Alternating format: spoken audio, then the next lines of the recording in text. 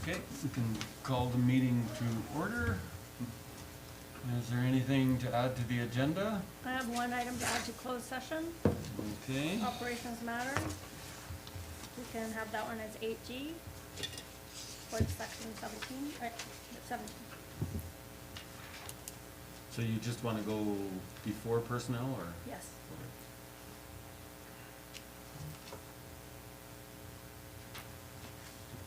I'll move that it be adopted as amended. Okay. Any questions or concerns? All in favor?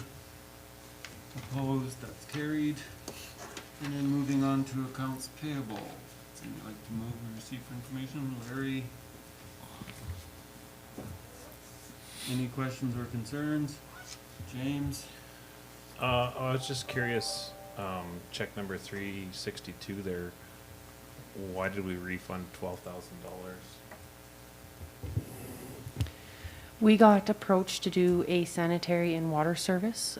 He paid up front, and then when we did the inspection, we found that there were services already to the property, so we just refunded his total. Oh, okay.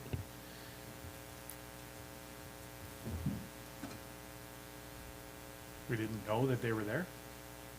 He paid prior. Oh, okay, prior to looking into it. Any other questions, anybody?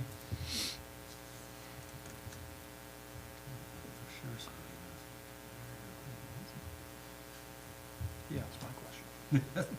Well, barrier cream? Yeah, that one.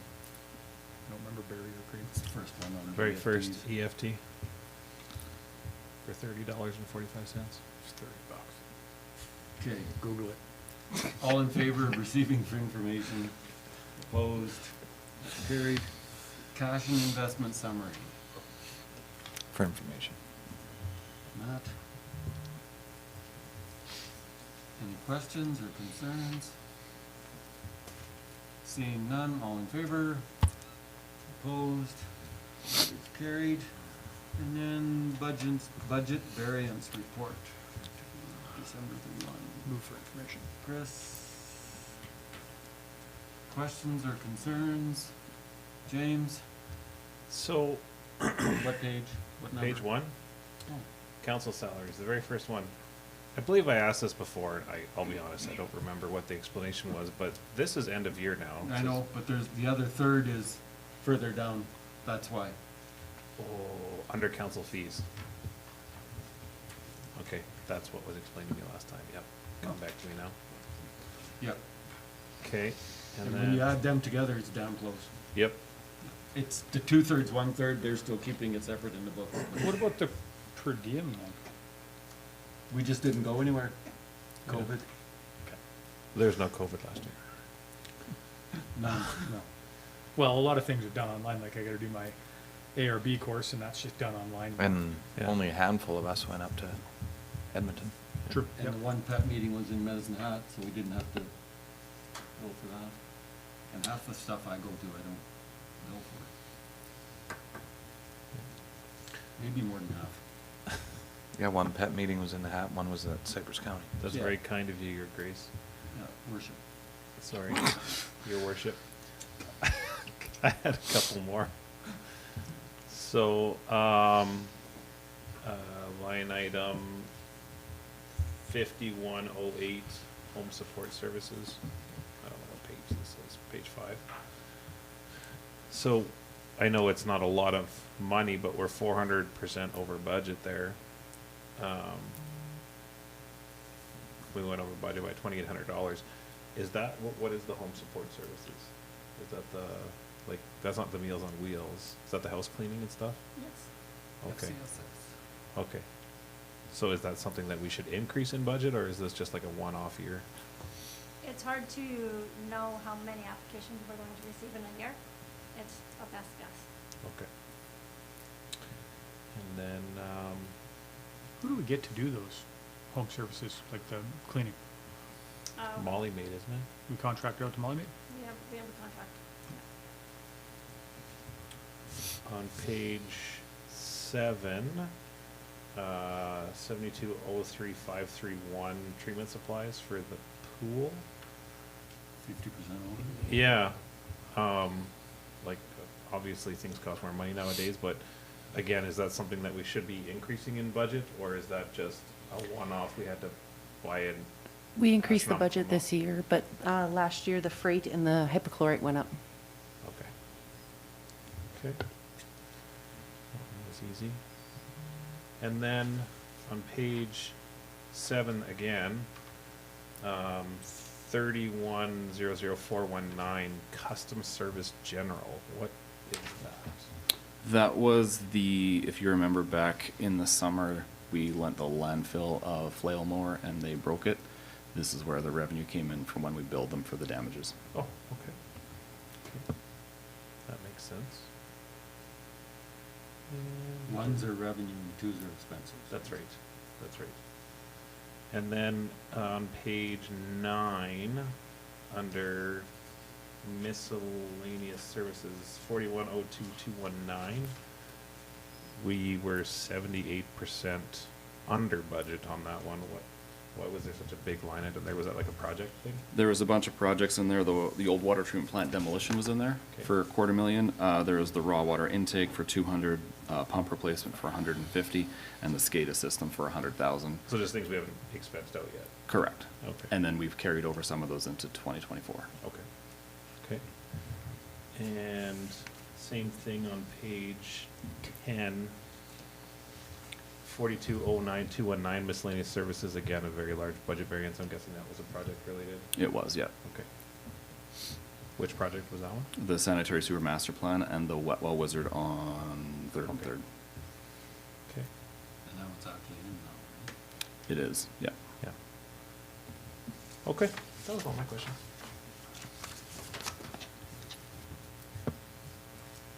And the other thing that still makes this not fully done is all the transfers aren't done either.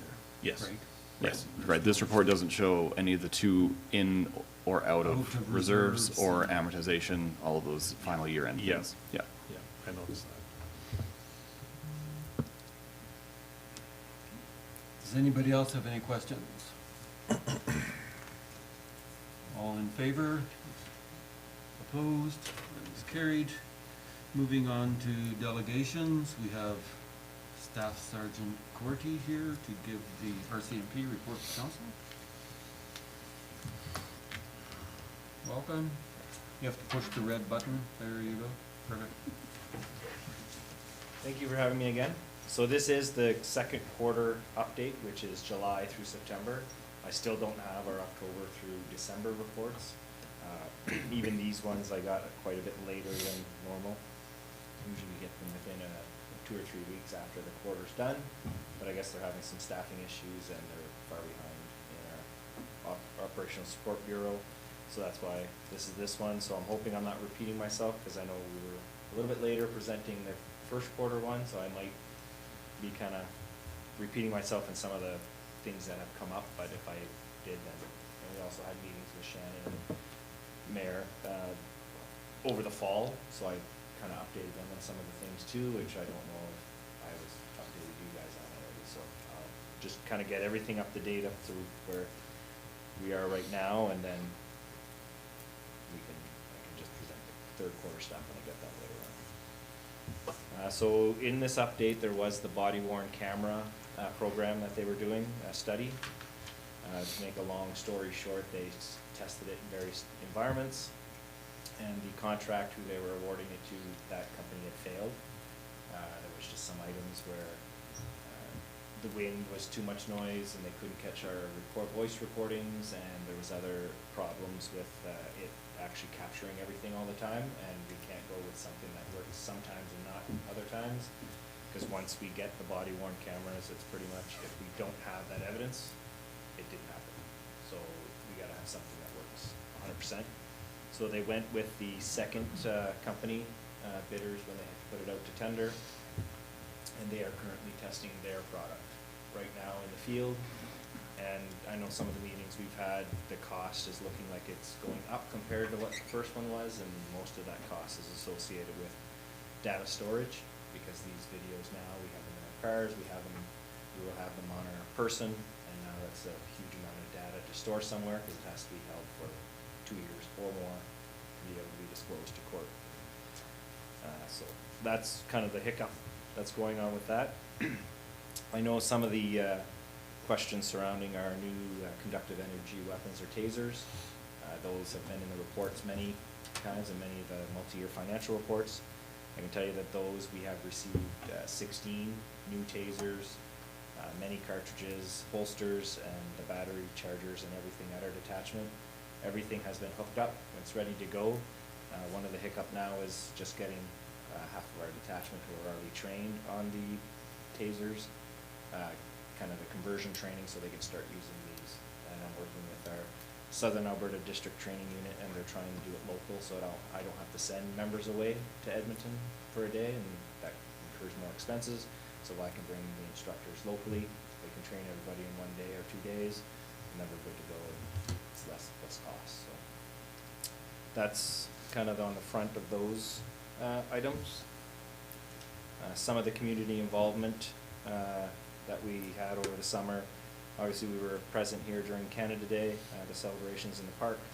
We had other officers that went to different communities throughout the county. We had meetings with stakeholders. We attended Tim Hortons Camp Day. Obviously participated in the Stampede in the city, and I had several meetings. This doesn't kind of involve with the town of Redcliff, but with windmill projects and other projects going on around the county. There's lots of highway traffic on 41, and we had some complaints there, so I was having meetings with the companies all up there about traffic safety and how we can mitigate some of the complaints and issues that were going on outside of town. And yeah, just some other things that we attended as well in the community. With regards to our, I guess, APP, or our annual performance plan, we still had, during this quarter, it kind of slowed down quite a bit. Our property crimes went down, but we did have a couple of significant ones that occurred in late summer, even where our detachment had all the vehicles, tires slashed before there was a couple break-and-enters in town. Those incidents, we did end up, with the assistance of our Southern Alberta Crime Reduction Unit, we were able to determine who was responsible for it, and they are before the courts for those matters as well. And that couples on with the other 4 different groups that were operating in Redcliff and Cypress County and all over Southern Alberta and Southern Saskatchewan. It was kind of during this quarter that we were able to identify them and bring them forward with charges, and some of them are still before the courts, all their charges are, but some of them are still in custody and some of them are out of custody in the community. And I can tell you that they are responsible, those 4 groups, for probably 95% of all the property crime in the county and in town. And since these incidents in this quarter, they've been out, committed more crimes, we've arrested them, put them back in jail, so it's back and forth. But it's the same group of people, so we're kind of keeping an eye on those individuals. Still our legal system. With regards to traffic enforcement, that's still been something during this quarter in the summer that we were lacking just because of our manpower. We needed to have the members on the road taking the calls for service, and it makes it a little difficult to do more kind of proactive stuff. And I'll cover off some of kind of what we're doing going forward, because we do have many of our members back to work now. We're actually sitting pretty good. Some of the other stuff, I was looking forward to getting back into the schools with DARE or with some types of programs, and we didn't have a lot of options. And then I finally was put in contact with our national youth coordinators, and I did just don't have access yet, but they're giving me access to a kind of a common drive that has a whole bunch of lesson plans for different topics. It's not necessarily the DARE program, but it's different topics that we can go to the school and present, and it's based on different age groups. So it gets us back into the school, back into presenting different topics to them, and it's not necessarily, like I said, a formal program, but it kind of along the same type of teaching. So I'm looking forward to getting us back into doing that. With regards to most of the statistics, when I compared 2022 to 2023 at the same time period, much of the calls kind of stayed the same. We didn't really go up or go down, except in the area of property crimes during this quarter, we kind of stayed the same, but we were still investigating a lot of the property crimes that was increased in the first quarter, and then we found in the third quarter, we had some of those groups, like I said, that were now out of custody and they were starting to commit more crimes again, so when we see the third quarter one, we'll probably see a little bit of an increase in the property crimes area.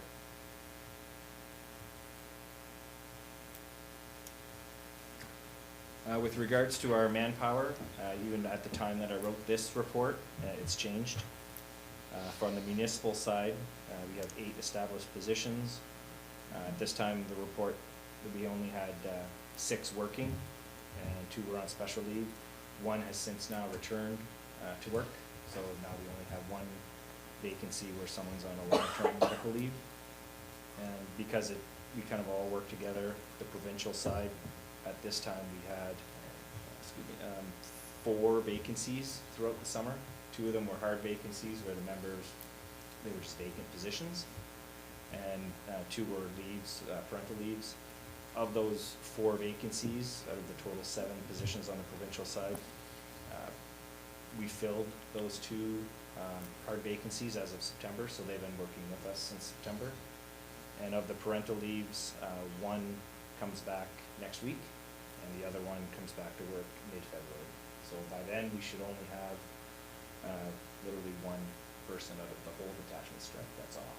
So that's a big jump from having 40% vacancy in the summer to kind of having 1 member off now. And we are still 1 position sort of surplus to establishment. So we have 2 people that are in the same position on the provincial side. So it almost would be that we have no vacancies until we start transferring people again. Because I was advised by our staffing just this week that 2 of our members are getting transferred, but they have identified 2 members to come in and replace them, so we should be good.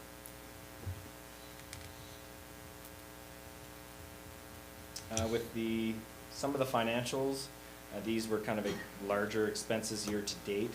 It didn't break it down into specifically what was going on, but I can tell you that since November, I know we were talking about it in other presentations, that Redcliff and Blue Island were amalgamated as a detachment. Since November 1st, we have gone back to our separate detachments, so Redcliff is operating on its own, Blue Island's operating on its own. And in November, I did switch the member schedule here in Redcliff, and since then, we have not had to utilize any overtime to just fill vacancies. We're operating as a standalone, and all of our shifts are being covered. And sometimes we have extra people working, so that's where it's starting to increase. We are seeing more members on the road. Hopefully it translates into more traffic enforcement, proactive stuff, and us getting back out into the community, into the schools again.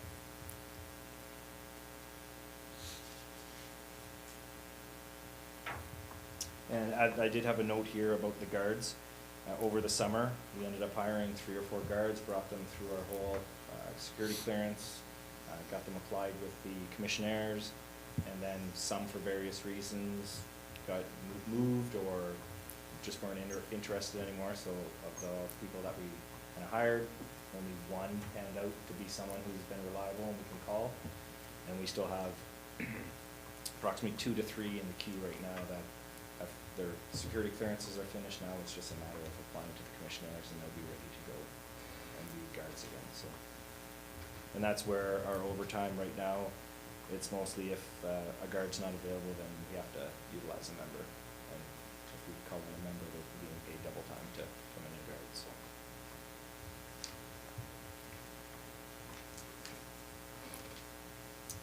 Some of the other statistics that we had for this quarter, most of them, nothing really jumped out of anything that is concerning. Down at the bottom where it's most common police activities, I think it's on the next page. Our 911 hang-ups and false 911 abandoned 911 calls, they were up 200% from last year to this year. And that's more of a technology thing, because now they have iPhones that if you drop them from a certain height, they'll call 911, and if you don't pay attention, we have to go find you. Try that. One, for example, they were trying to take a selfie out by the Alberta, Welcome to Alberta sign, their phone fell off the sign, and they got back in their car and kept driving, and now we're trying to find this vehicle that's Chasing down the driving highway. all over because it called 911 and nobody was answering, so. that technology is kind of increasing, and obviously just cell phone pocket dials. So what is that, just an update on the operating system for, And some people don't know that it's on there, and yeah, is that for iPhone or Android? just iPhone. Oh, that's okay. Yeah. But that is one I know, just from being involved in doing ski patrol stuff, like, people are falling on the ski hill, they're not injured, they have to keep going, but it's sending a 911 call to authorities, and they have to respond and try to figure it out, so. That is a It's- silly, It's causing a little bit more, I mean, if you're in a collision, then you can't talk, it's a good thing, right. but if you're just, if it just fell off a sign, then we don't wanna be chasing you around, but. That People seems gotta like pay that attention to technology is a these little too early to be put out in the Or public. see a little more education about it. That's the first I've heard about it too. Well, even if you're educated about it, you're gonna drop it sometimes and not think about it. But you can look to see if it's dialing. Well, It will have something on it that Or says it's called. Answer it when they call you back. Calls your emergency contact first, if they don't answer, it calls 911. Yeah. So you gotta be careful, you gotta pay attention to it, I guess. One of the other things that is showing as an increase, which is a good thing, is people are calling in suspicious vehicles and persons. We encourage that both yeah, in quit town following me. and out in the rural community, because obviously if they see someone that's suspicious out there, it's probably suspicious. Or, there's a lot of them where we do find the vehicle and it's somebody that might be just parked there hanging out with their friends, or and we just make them move along, but sometimes it does happen to be that's the person who's probably gonna commit all the property crimes that night, and we find them or deal with them or identify them anyway. Another thing at the bottom, Form 10, or so mental health type calls, even though it says 1, I'm pretty sure that's much higher than that. I don't know how they're getting that type of statistic off of our system, but I can tell you we have had a lot more than 1 mental health call through the 3 months, so. We do have a new app that we use, it's called Health IM, and we can pretty much, with real quick questions, yes or no, and the members can actually ask the person that they're dealing with these questions, and it'll actually give you a rating on, how dangerous, if they're a danger to themselves or others, or if they're kind of deteriorating. And it has a whole bunch of data in it, and it helps us in making our decision whether or not we should apprehend under the Mental Health Act or not. And if we choose to, we hit one button and it fires off that report right to the emergency room at the hospital, so they get it before we even get there, and it fills out our paperwork for them. So it's something that we've been using, and it's been working well. And the other statistics that was up there earlier, there was a slight increase in assaults in that quarter, and those were generated with, correlates with a spousal assault increase, so that we've been getting more calls of domestic related nature. And then criminal harassment, where it says there's a 500% increase over the 5 years, that's just simply something that has to do with high numbers of scoring of files. So and it's not much, it goes up like 1 to 9 to 3, 6, and 6, so they're not huge numbers, but it creates a big percentage that kind of sticks out. And that's about it for the report. The only other thing that I would ask over the next couple weeks, or if you guys have meetings in closed council or together, is just think about what I'm gonna be setting the priorities for next fiscal year for our annual performance plan. So whatever you guys might hear from your constituents or come up together with what you would like to see the priorities to be, then we can have a meeting later on, either with Shannon or with any of you, if you want to discuss it, we can kind of set our priorities coming up for, I guess, the start of the new fiscal year. And I plan on having a town hall between now and March 31st to invite the public to get their input as well on any type of priorities that they see that they would like to have implemented in our plan for next year. So that's it for me, unless you guys have any questions.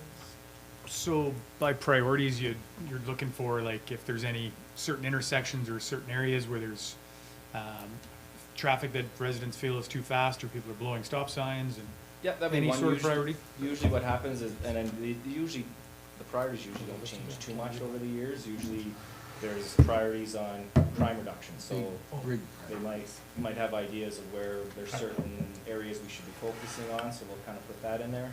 There's always, traffic safety, that's always usually a priority in all of them. So yeah, if we can get those, it's not so much the minute details of where things are going on, we'd like to get that eventually. But then, cause that forms in how we're gonna do it, but just kind of what the overall sense of what the priority should be. And that's what kind of the town halls and things like that are for, is if some people have like, well, this certain street happens all the time, or this intersection, and that's where I can take notes and kind of focus on our priorities, how we're gonna do it in that area, so. You know, you can't complain of how slow it is on Main Street. No. Do you know what shoes hanging from a power wire beam? If you watch movies, sometimes they say they don't know what it means, but I don't go by that, that's usually TV stuff, but. Oh, it's- Wow. Okay. He doesn't do newspapers, he does TV. No, only reason I asked, because there was some around town, and I just brought it up It too. could be some kid that decided, let's see if it really works, and throws it up there, or it could be some other signal that. Yeah. who knows. Anybody else has any questions? Go ahead, Larry. Do you ever find the empty propane bottles that everybody's missing? No, I don't know if we have any reports of people missing. Well, there propane, seems to be a lot of people that propane bottles from their trailers have been stolen. I wonder, do they show up or do? I know we've had some call, like if they're in a storage facility, like we have thefts from the storage places, but I don't know if they specifically said my propane tank's missing, or. I don't Now know. I'm gonna go check mine after this meeting, I Larry. think you'd be able to trace, well, I don't know if we'd be able to trace them, but I know when people hand them in to get filled up, I don't know if they check serial numbers other than maybe just expiry dates, but, yeah, I don't know. We haven't got any thefts specific saying people are taking propane tanks. But I could see if somebody needs a propane tank and they know one's full, they just take that one and. It just seems quite odd. There's been so many people that have had propanes from their camper trailers stolen. Would it be like at their residences or at like their storage facility? Residents and,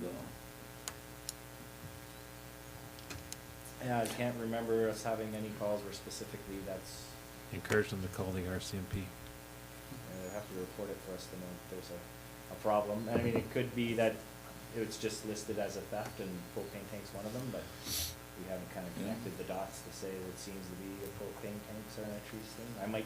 I would be able to look at it and see with our property and see if they're putting it in as a list on some theft occurrences.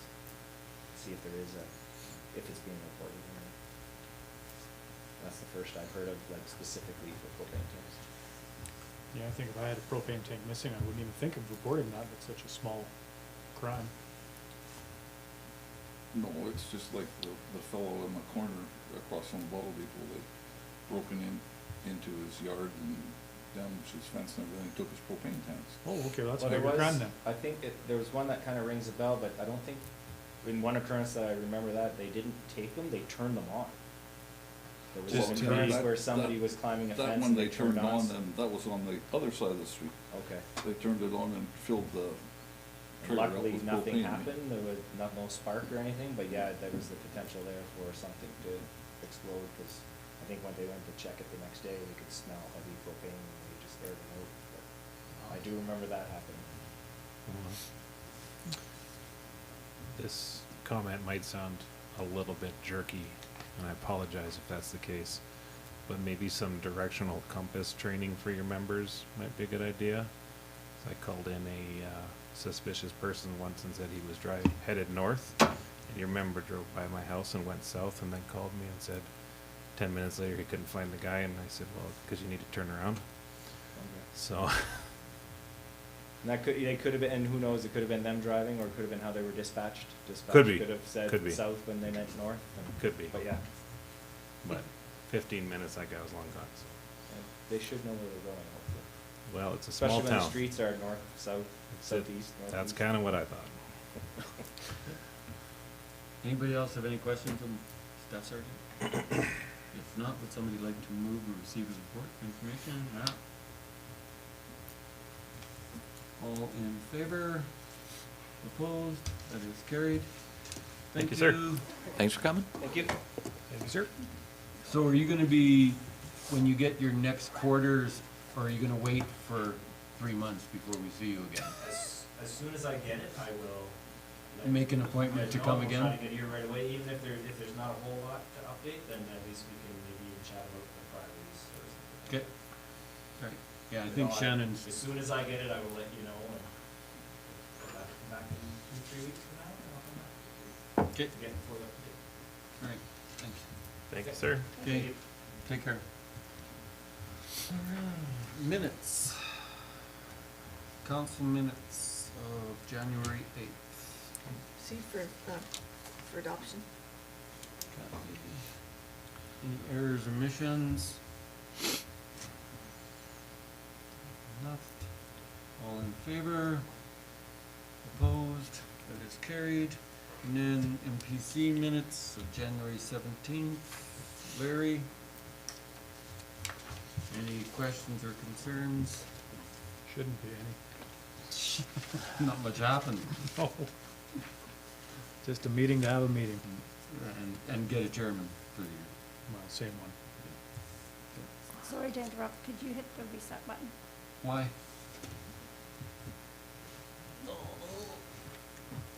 Yeah, throw us back out.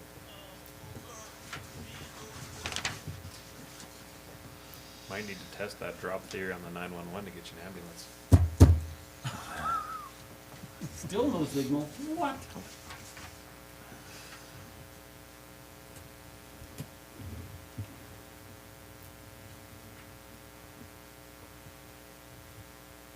Not yet. I turned it back on. Should I? You gotta turn your monitor back on too.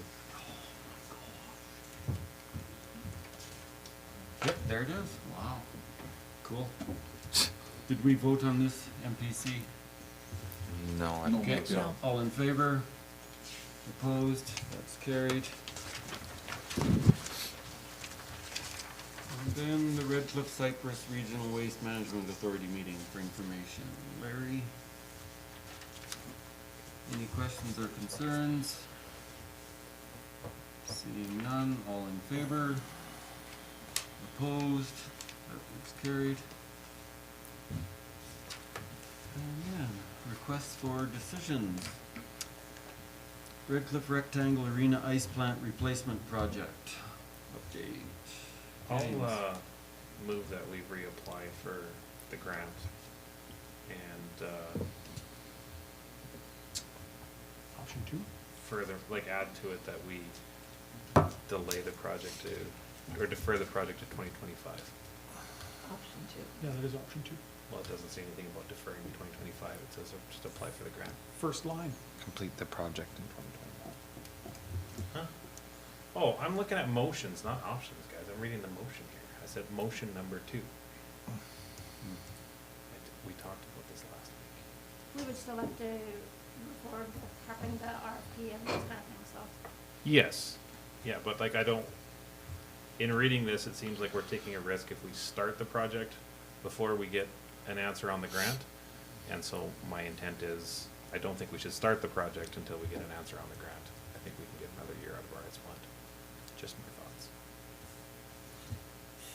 So in the information, it said that staff was going to inquire as to the interpretation of the verbiage that they use, because the way I read it is, as long as you've applied for it, you can start. You just can't What start is- it and then apply for it. We are still waiting for confirmation Okay. of that. Yeah, it says that they're waiting on confirmation on that, so Okay. it'd be silly to start. So because of that, should we, is this pertinent? Do we need to make a decision today, or would we be better off to, you're shaking your head, yes? Would we be better off to wait one council meeting to get clarification on that? It was important to bring it tonight in case we needed to move forward immediately. Because if we wanted to get this project into this year, we need to get that RFP out. If it's a 6-month build and a 2-month install, we're looking at 8 months, and we start making ice in month 9. Actually, we start making ice the late of 8, so it's ready for September, right? But we could have late September ice too, or not. Yeah, we did that this year. Yep. But that's why they brought it to this meeting is, yes, the timelines are really getting crunched. If we don't get on this, we could have a big expense if we lose our refrigerant again too. Well, Well, we could buy some for $80. Pound, times 200 pounds. That's Yeah. what I'm getting at.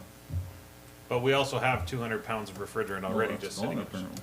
no, I No, it think says right in the it report. says in the report that We've got there 200 is bucks. 200 pounds that is ours. But there's 4 pieces of machinery that No, use it? each side takes 200 pounds. So Yeah. Oh, okay. there's So 400 just pounds 400 of being used. Freon when we have 200 pounds reserve. So we have a complete system of reserve.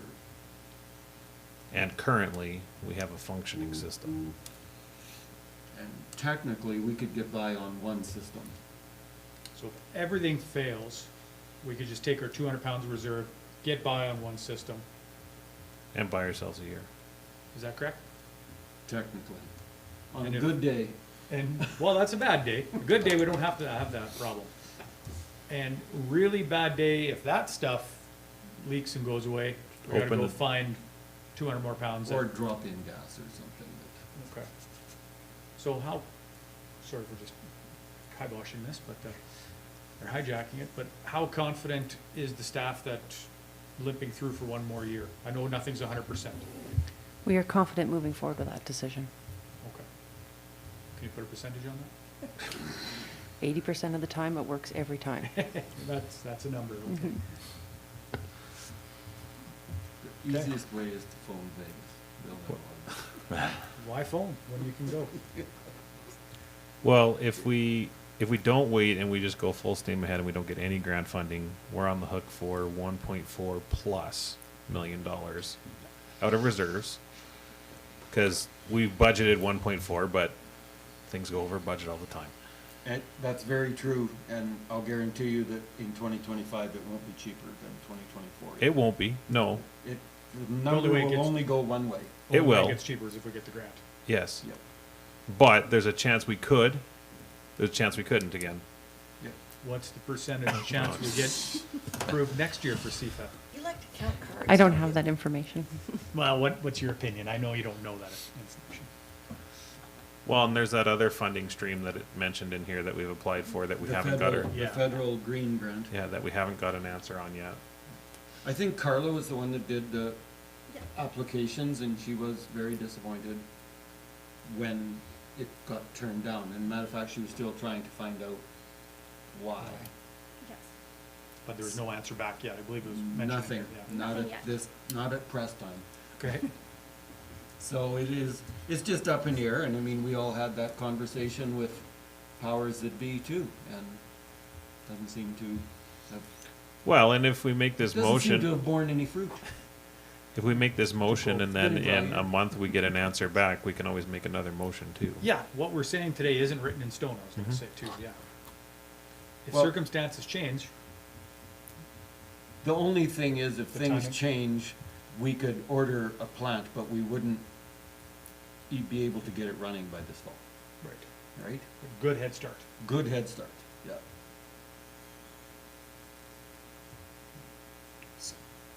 Okay. All right. So James made a motion to defer. Okay.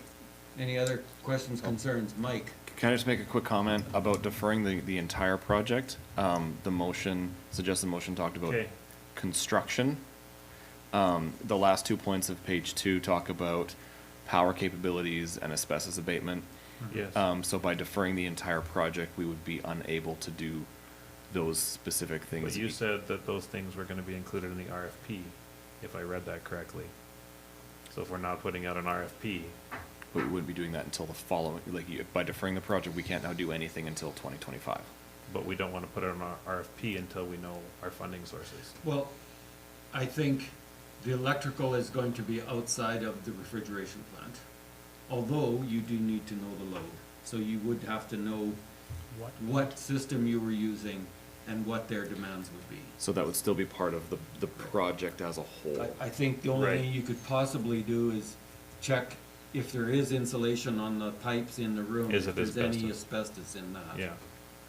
So, my only concern is if we commit to spending money and we don't get a funding source, then I don't want to put the cart before the horse, which would then cause us to lose out on grant funding.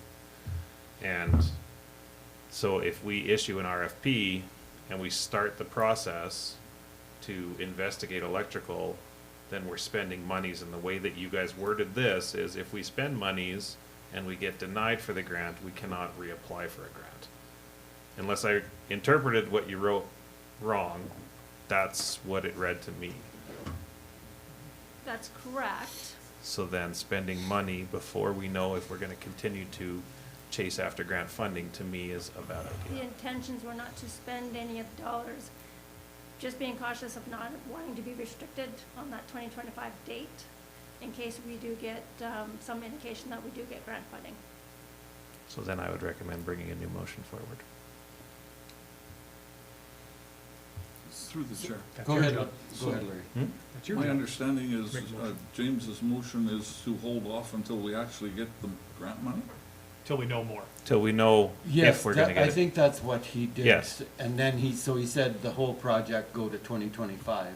Whereas I think if you just, if the motion was just till we get further clarification on the grants, because we may never get any grant. We might We not. might be doing it ourselves anyway, We might. Right. so. But we're just not gonna go gung ho on it this month. Okay, so let's amend the motion. That the motion will be that we will not put forward an RFP for the arena until we have further clarification on ongoing grant applications. Can we word it like that? Well, number 2 does say that we'll continue with it if we get it. Okay, then that's what I want to say. Want to say number 2? Yeah. Yeah.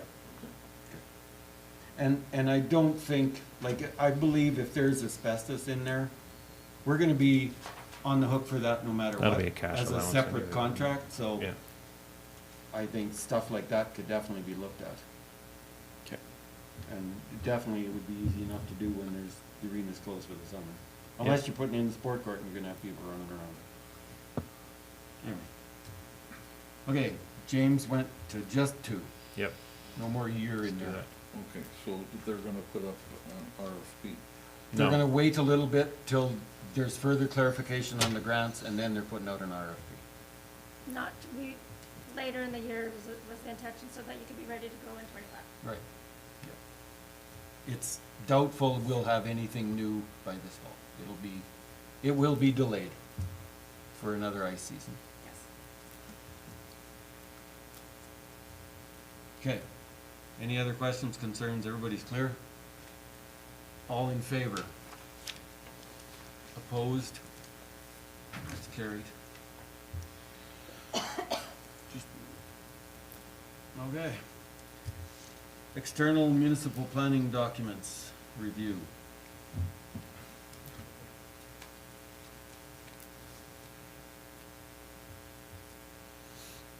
Do you wanna speak to this?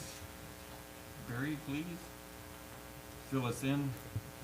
Isn't his name Brian? That is Brian. Barry's on holidays. Big call for us. So periodically, the town will receive development permit applications from Cypress County that, as per the IDP, require comments from the town of Redcliff. As per our policy 119, where we do lay out a boundary, a council referral boundary, those applications which are inside that boundary are brought to council because they will have a greater impact upon the town. And as such, this is an application that does fall within that council referral boundary. The development permit application is for training dogs approximately 3 kilometers up the old Trans-Canada Highway towards the landfill. The application is for a maximum of 4 dogs for training. No boarding or kennel or for overnight boarding will be allowed. Administration has reviewed the application, does find it to be very minimal impact to the town.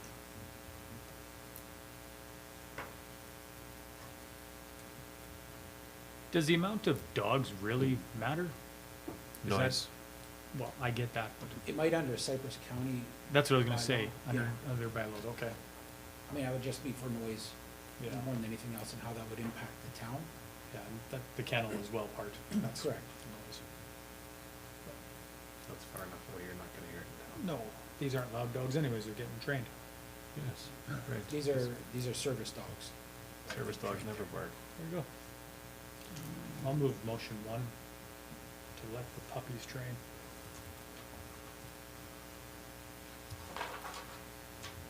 Chris.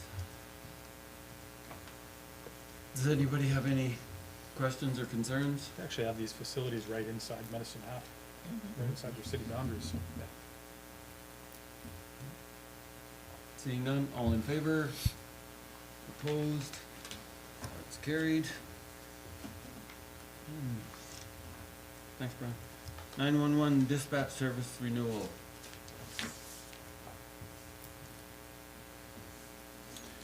I'd like to move that we renew for a term of 2 years, using a population of 5581. James.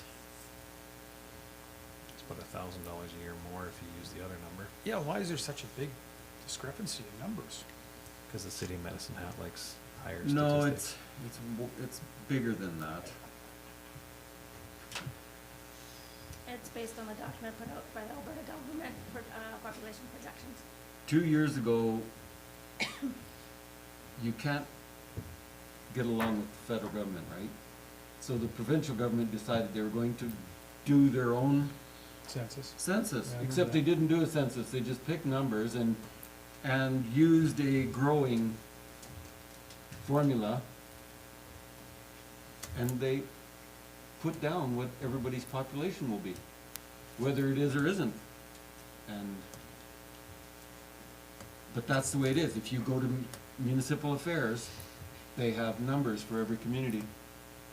Right, wrong, or whatever, it's their numbers. Based on nothing? Like, I remember the Based Alberta on- government doing their own census. Based on no census. So I don't know what they based it on.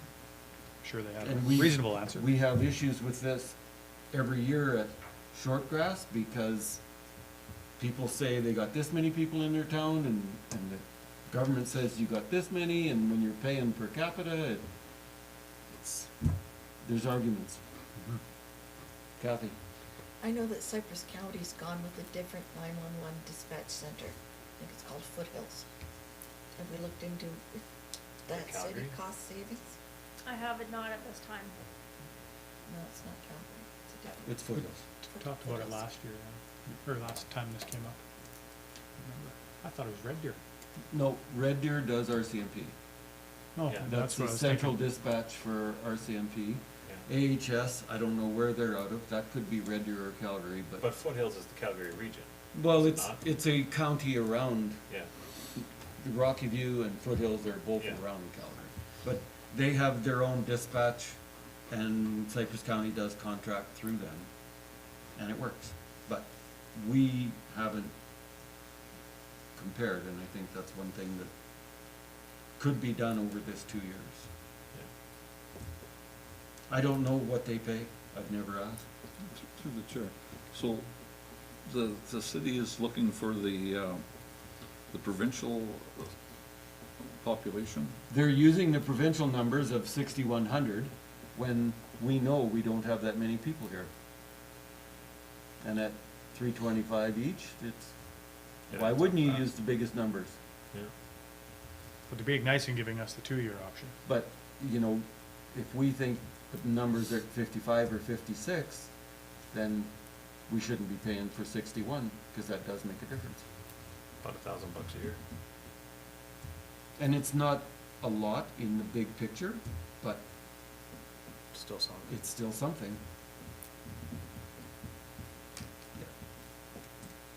And I think when Shannon was negotiating with them, this was an option that they would be agreeable to. They would, of course, they would prefer the 4-year with the bigger population, but they'll settle on the on a 2-year, cause they're the ones that said 2-year, right? They Yes. wouldn't go 4 on the smaller population, they'll only go 2.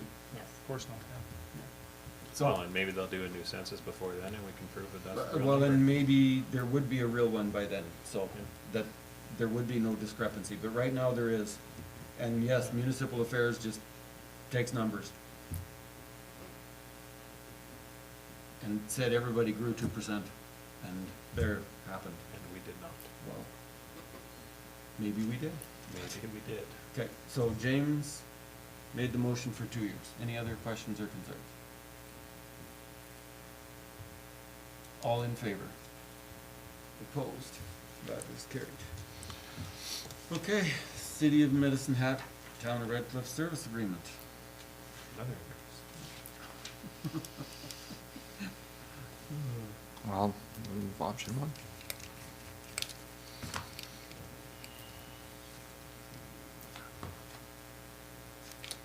I have a question. Go ahead. That's a pretty drastic hourly rate increase. Is that because of their union agreement of what they pay their peace officers, or was there any justification for a $17 an hour increase? That's in regards to the working on the radios. This is a radio tech. Yes. Yes. I'm just assuming it's a City of Medicine Hat employee because it said they do the billing. Yep, there are some people that work for Medicine Hat that work So, with these radios. so was there any justification why it went up so much? Not on that one, no. Well, on any of them, no. And does that person get paid $87 an hour, or are they No, that would tacking be on the- some profit margin? There's definitely. I'm prob- thinking not. Well, and I guess further to that question then, is there any sort of legislation, because I know like with utilities, we've gone back and forth on this stuff, that there's the, whatever, they have to give us a fair rate and blah, blah, blah. So, like, when you see a $17 an hour jump, like, to me, that says, hold on a second, are we getting hosed here, or can they justify that number? Can we argue that number? Or are we just stuck signing an agreement and saying, no, we're gonna take whatever they give us because we have to have this in place to have a peace officer on staff? So the programming services Is the small part of Is- this agreement. is minimal on an annual basis. Okay, It's the other, It's the other part that is, the part that is more necessary to us. yes. okay, sorry, which part is more necessary? The part that Barry can get a safety check. Oh, So yes. he signs in the morning and he signs out at night, but if Yes. he's going into a situation, he can get a hold of dispatch and ask for 1027 checks every 5 minutes or 10 minutes. And or they'll check whatever. in with him. And then that way, we know if he's still standing up. On 2 feet, Yeah. yeah. So that is the one that they're charging the money for. The actual hour per radio repair, that's pretty minimal. Okay. And I don't even know, does the town have AFRACs, or is it just the fire department and Barry? Very two, Yeah, I know Barry has one, yeah, not the town one. okay. So those are who has the AFRACs radios, Yeah.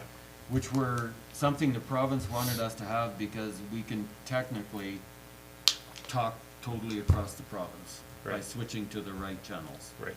Okay. But we don't have anybody on our staff that fixes radios. Or changes crystals, and, or not even changing them, it's hook it up to the computer and set the new frequencies. Okay. Is motion number 1 on the floor? Yeah. Well, actually, no, nobody, I got no rating at all. I We're moved. talking, I Matt moved did up. that? Have Matt. Okay, sorry. Yeah, someone Okay. moved it. Good. I didn't put you down. Oh, man.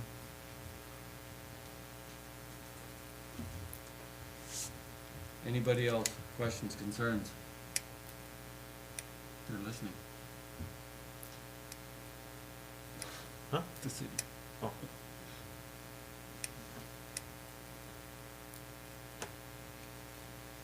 Seeing none? All in favor? Opposed? That's carried. All right. Geotechnical investigation for Fifth Street Southeast. I'll move that we increase the budget by $8,500.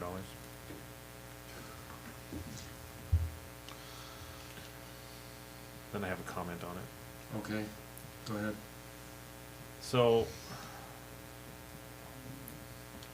I guess I hummed and hawed over this a little bit because I can understand how if we pay this money and we get this done, there is a chance that tenders could come in a little bit lower, because there would be less guessing involved. However, the reason I hummed and hawed over it is, I feel like MPE is kind of doing the same thing to us, where, why was that not brought forth before, or was it just because we didn't identify it in our RFP to the engineering? We did not That initially would be the identify it. safest. Okay. And there's no way a geotechnical will make the job come in No. cheaper. Wow. Hopefully it'll come in more accurate, Yes, with less risk of huge extras when they Extras. open it up. which happened over here, but none of this was geotechnical, this was all No, other stuff. this was all sidewalks and, Yeah, and alignments and things. yeah, Yeah, nothing is perfect. But I do think it's probably a good idea that then the Then we know. engineers should know Yeah. better, and that will then allow project the scope to be defined. contractors to know better. Yeah, yeah, But in the end, we'll still be the ones that are wrong, because engineers are never wrong. Just knowing this area like I do, you dug up the road? no, I'm just wondering what kind of a bet Chris would give me that they hit bricks. Oh, I'll take the over on that. Okay. On my blog for sure. Bricks are a very good base. Yeah. Every time we dig a hole, we dig up bricks. The flag around the swimming pool will not let anything settle. It's a very good base. I've got quite a nice collection of bricks right now. You told me before, what is slag again? That's when, from the ornamental iron, Oh, it's melted. The melted iron. it's Melted. the foam coke off the top, but it's slag, it's Yeah, hard. I thought it was slag from the brick plant. Nope. They dumped over there. No, Nope, nope. that's in From the my iron, yard. okay.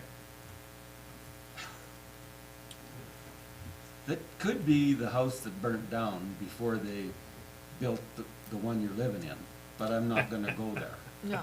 No. A lot of bricks in my front yard too. Okay. James made a motion. Anybody have questions, concerns? All in favor? Opposed? It's carried. And utility bylaws for consideration.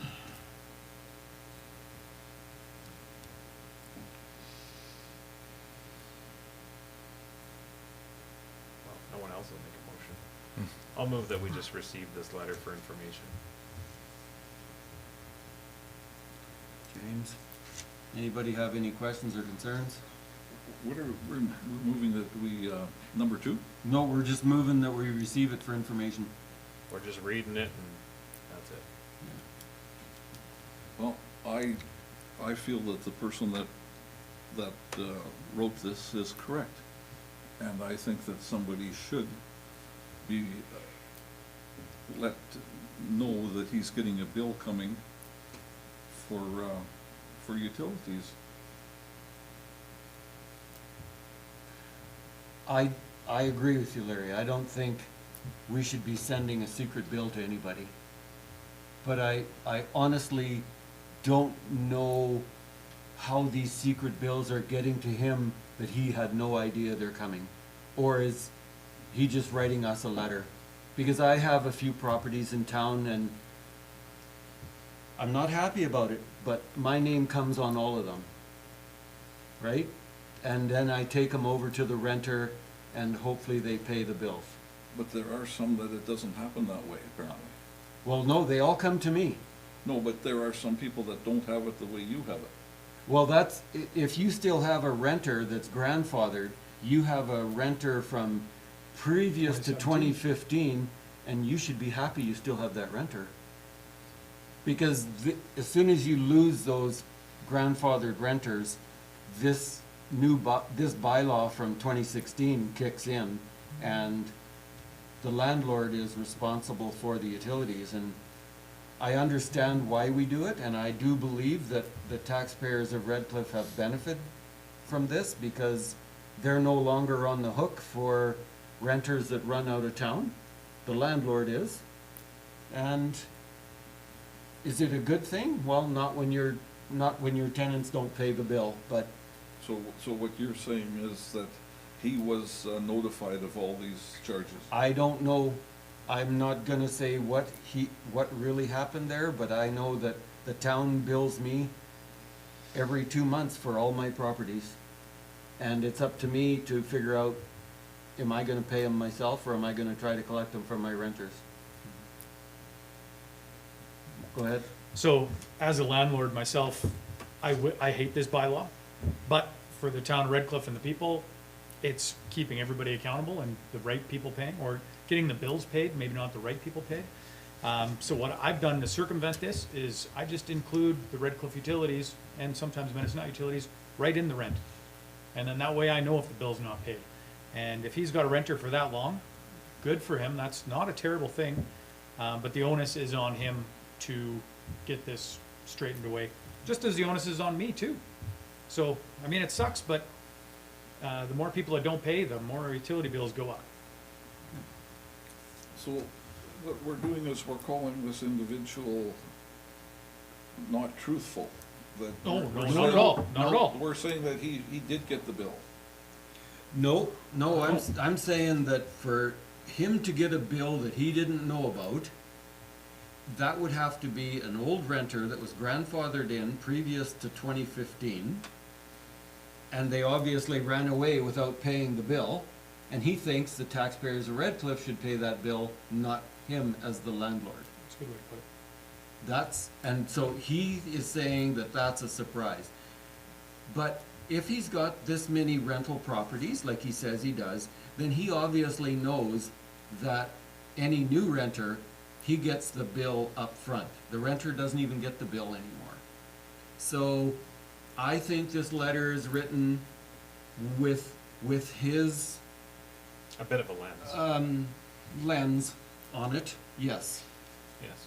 And I think he's saying in here that he's gotten surprised twice. And that could happen. But on the other hand, if he's their landlord, and if you read the Landlord and Tenant Act, and unfortunately I had to do that a couple of times, you're supposed to, as a landlord, check to see that your utilities are paid, because you can take that out of their security deposit if the bills aren't paid.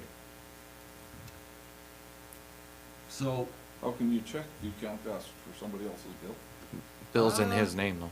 I think that as a owner, like all my properties are in my name, I think I can phone and ask if the utilities are paid. And I know I phone the city and ask if the utilities are paid, and they tell me. But to his question though, if I have an old renter that predates this bylaw, so let's say I do, I got someone that's been there since 2015. As the landlord, can I come in and just say, is the bill up to date? Is it, or is it in arrears? Does my Redcliff show only stuff in my name or any of my properties? It would show only things in your In my name. But so if you've got a tenant, in one of your buildings, the only way you would even see a bill is if they become 60 days overdue. Okay. If they're never longer than 60 days, it stays in their name, which means it's up to date. As long as it's in the tenant's name, it's up to date. Once it's in your name, now you have full access to see when it's been paid. So if you logged onto my Redcliff, this resident could go and see all 16 properties, 14, can't remember, 14, all 14 properties listed on his My Redcliff, and see which ones are outstanding. Okay. Because they would all be in his name. And if he's running companies, he might have to log in. So worst case scenario, you'd be 60 days behind on seeing Yep. something. So when I was reading through this last night, I thought in the back of my mind, is it possible to have an option for these old accounts like this for the landlord to get mailed a bill for a fee. Or CC. Well, if they're old, that bill would be in somebody else's name. Right, but if they had written permission from, so could we maybe amend the motion that if the tenant agrees to it, to give the information to the landlord, They have to amend the bylaw. okay, that's what we do.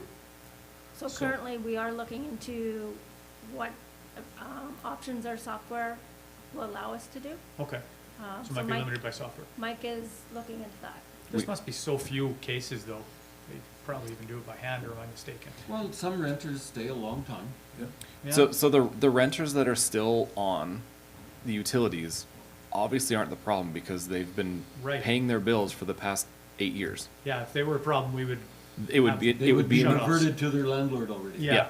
So, would be on the so, tax so roll. they're not an issue. The issue I think this resident has is actually going the other way, right? He's the mayor, for example, and has two or a couple properties and wants those tenants emailed or sent a copy of the bill. So he So would he get. doesn't have to take it to him. So the tenant would get one Just and the include it, landlord right. would get one. And that's where we're looking into our software to see if we can actually send two at the same time. But So- then, But then that's costing you $1.50 to mail. That's why I said for And a fee. another But- $1 for paper and letters and. Not if you know, it's that's done through costing email, us though. money. Plus It's cost- administration time. Yeah, and That's why I that's, said for a fee, maybe it's $25 a Because- year, $30, whatever it is. Like, for me, you can get that to them any number of ways. You can scan it and email it. You can do all kinds of things. Yes, it's a little bit of work, but it's 6 times a year you have Yeah. to do it. and again, if you log into your Redcliff account and you just downloaded the 14 PDFs and just sat and emailed 14 emails, then you're done. Right. No, it's, the way I look at it is it should not be on the taxpayer burden for us to sort out his rental properties. As a and landlord, I that hate is- it, but- That is the way it used to be, and I agree with Chris. I don't like this either, because every now and then, it's gonna cost me. But you choose to be a landlord, But so you make that choice. But for 5,600 people in Redcliff, not 6,100, it's the Not better this. deal, and Yes. that's what we're supposed to be doing. Yeah. For Chris Zember, the landlord, this sucks. For the people of Redcliff, this doesn't suck. And I don't This- care about Chris Simmer, This the takes landlord. Not many our people do. accounts Not payable. enough. There are no more accounts payable, because eventually they just go to the tax roll. Like, that's the way that bylaw is written, so the bills get paid now. Yeah. the And that's how it collection- should be. The collection agencies don't like it either, Yeah. because they run out of work. But it's better for everybody. Yeah. I get that it's an inconvenience for this guy, but just include it in the rent and I think it's fine. Like I include mine in my rent and his bill sways maybe $15 from his lowest bill to his highest bill. It's minuscule. Does anybody else have any questions or concerns? If not, receive for information, all in favor? Opposed? That is carried. Moving on to policies. Number 86, computer and mobile devices. Kathy? Prue is presented.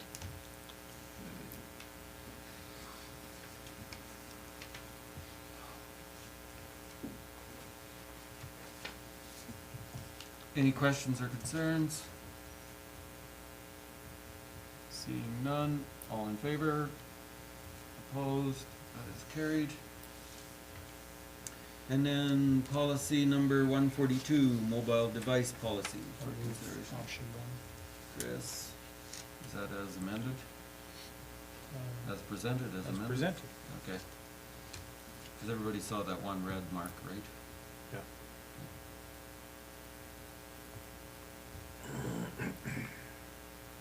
Any questions or concerns? Go ahead, Larry. Is this the one where somebody goes in and goes over your emails or your correspondence and reads it? Nope, no, That was that's the one we previous just one. voted on. Yeah. Yeah, this one is the one that, if you are using your own personal phone, you get $15 a month instead of 25. We're gonna hear a lot of complaining about that. I don't know how many people use their own phones. They don't, how come we don't get $15 a month? Yeah, Yeah, huh? 25 25. maybe we should Back amend, pay. let's Retro. amend this policy. for the last 36 years. Since 36 years. I didn't have a cell phone, I think. I was when just gonna started. ask, what was your cell phone like 36 years A ago? Nokia brick, and I still Yeah. have it at home. Mounted in your truck or the portable one? No, it's a portable. Part of the addition on his house now. It's holding up the foundation. Just back paying him's gonna be 1 mil. 50K for 1 mil, right? 62 or 64 now. Oh, okay, only Yeah, 3/4 of a it mil. went up. Anyway. Does anybody have any questions or concerns? All in favor? Opposed? That's carried. Moving on to other development stats. Brian, you're up Brian. again. Tell us where those extra 400 people came from. And where are they? It's a tent city, that's where the I propane feel like you bottles are. lied on Yes. your stats if we have an extra 400 people. Yeah. I saw 4 new houses, so, No, no, not this year. well, there's an average of 4 houses for so many years. Okay, let's not ruin this. Oh, sorry. No surprises. Stop skipping ahead. So I was asked to do up this development permit stats PowerPoint here, just to give you guys a snapshot of development in this past year, in the 2023 year. So this past year, the town has received 87 development permit applications, which is down approximately 10% over our average of 98 applications. However, in 2023, we did see an uptick in the other category. That other category is just generally for smaller projects, such as your swimming pools, hot tubs, garden sheds, smaller garages, and other small projects around the house. So there was an uptick in that. When compared to our 5-year average, though, we did notice that our commercial, industrial, and new homes are all down significantly in 2023. Just wanted to bring note to council there that the new land use bylaw, which was adopted in 2023, we do expect to see less development permits going forward. We did get rid of that permit to stay process, which is no longer required for non-compliant buildings. And as well as we got rid of some smaller items such as your roof-mounted solar panels no longer require development permits. So moving forward in 2024, there might be a smaller volume of development permits actually taken in.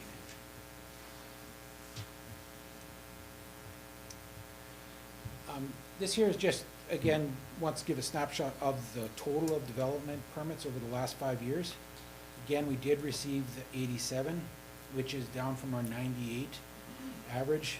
But if we take away those COVID years of 2020 and 2021, which are a little bit of anomaly as far as the amounts taken out, as with everybody was working on their small home projects, we're just below that 10-year average of 92 applications.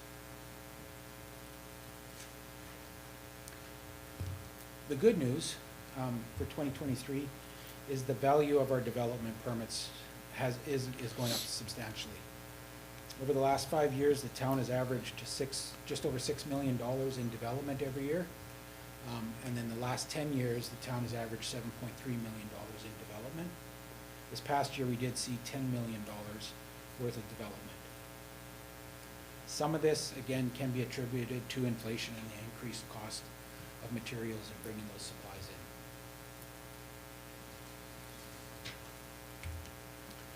As well, we included here our safety codes permits. Those safety codes permits include your building, electrical, gas, plumbing, and your private sewage applications. Over the last 5 years, we've averaged roughly about 250 safety codes permits per year.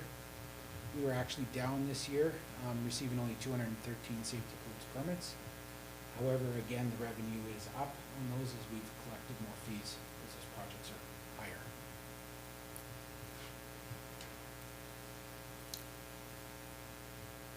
So over the last 5 years, the town has averaged 4 residential new starts per year.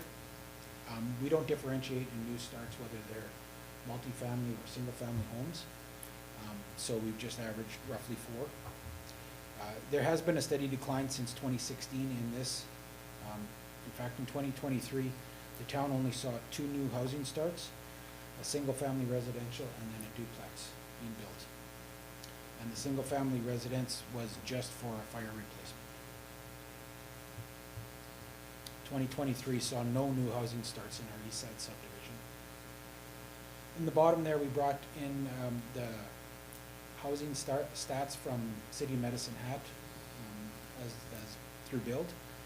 It's not meant to compare us, but it's rather just to show us that housing starts are down in southeastern Alberta. Some of that economy, some of that your interest rates, just over our 10-year average. Again, our commercial and industrial development permit applications were significantly less than 2022. However, they are just slightly below our 10-year average of roughly 9 applications per year, I think, as we went with 8 this year. But still, the good sign there is that the value is up year over year. So our new home starts have declined sharply over the last 10 years, with 2023 being the lowest number of starts on record. And this was the first time since I've started working here, which is 12 years, that we've had no new home construction in the east side subdivision. Our commercial and industrial development has rebounded from the lows of 2017, but we are also seeing it down over the last 3 years consecutively. Council has any questions, or? How do we attract new development? So there are some, administration has some ideas, but I think before we actually, I think our administration would like to get council's input on those and see if council has any ideas, and how we can, what steps we can take. So we do plan to bring that back at a future meeting. Whether that discussion is individually or combined, we would like to hear from council some ideas.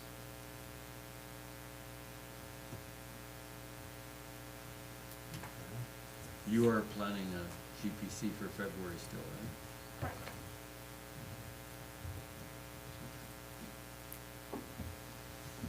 So that would give you almost a month to think about it. Police priorities and how to attract. Yeah. One's easier than the other. Okay, Yeah. well, then give the hardware more thought. Good idea. Thank you, Captain Obvious. Yes. I'll move that we receive this for information. This was the last time I was invited to council. I really like your shirt. Any questions? Everybody like the colors? Makes me want to have a picnic. Yeah, okay. James wants It to was know where you kinda- got your shirt from. There was both sides, eh? It's kinda gloom and doom, not so bad. Well, it was mostly Did you gloom and say doom, but you're he married? said some of the stuff with an uplifting voice, so it Yeah. sounded better, but it was Sounded mostly better. gloom and doom. Okay, all right, if there's no questions, then all in favor of receiving for information? Opposed? That's carried. Thanks, Brian. Yeah, thank you. Important meetings and events, Move for information. Chris? Are any missing? Does anybody know of any? Shannon, if you wouldn't mind, just, I'm not gonna be present on February 26th. I might see if I can video Teams in, but I'm not sure if I'll be able to or not.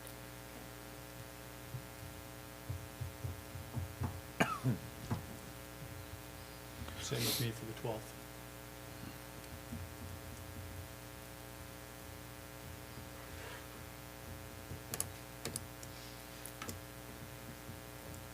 Okay, Could we discuss a potential date for GPC? Typically, we would have it on the 15th, however, I'm scheduled in meetings that day.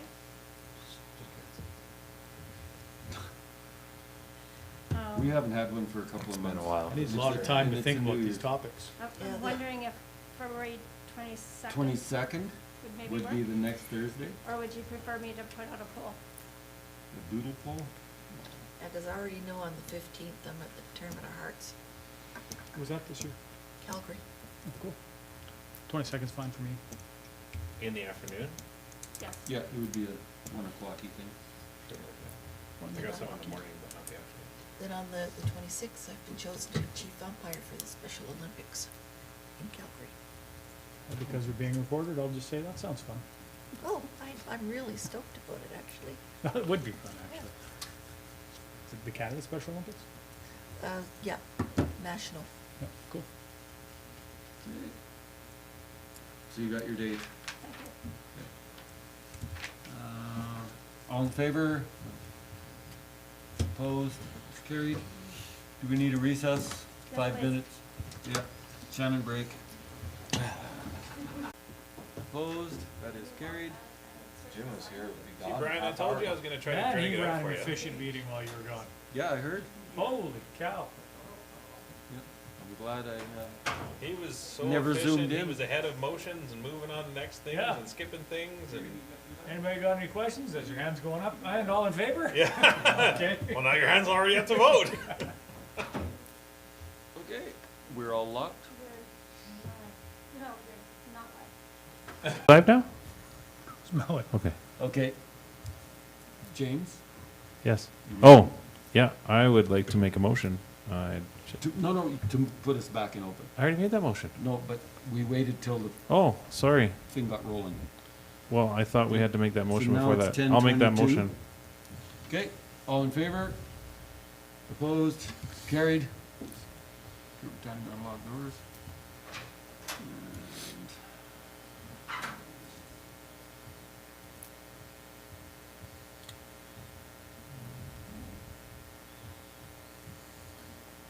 All right. Rec committee. All right. I will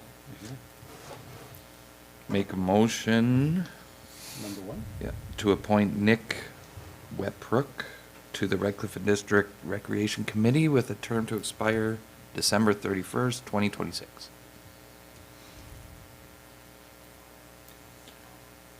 Isn't it just 1 year Don't normally? don't we normally just do 1 year, Shannon? With the rec board, it was crafted a little differently. Oh. Okay. All right. Any questions or concerns? All in favor? Opposed? That's carried. Okay, and then SDAB. I will Next is SDBA. make a motion to not appoint Tom DeWalt to the SDAB. Motion 2.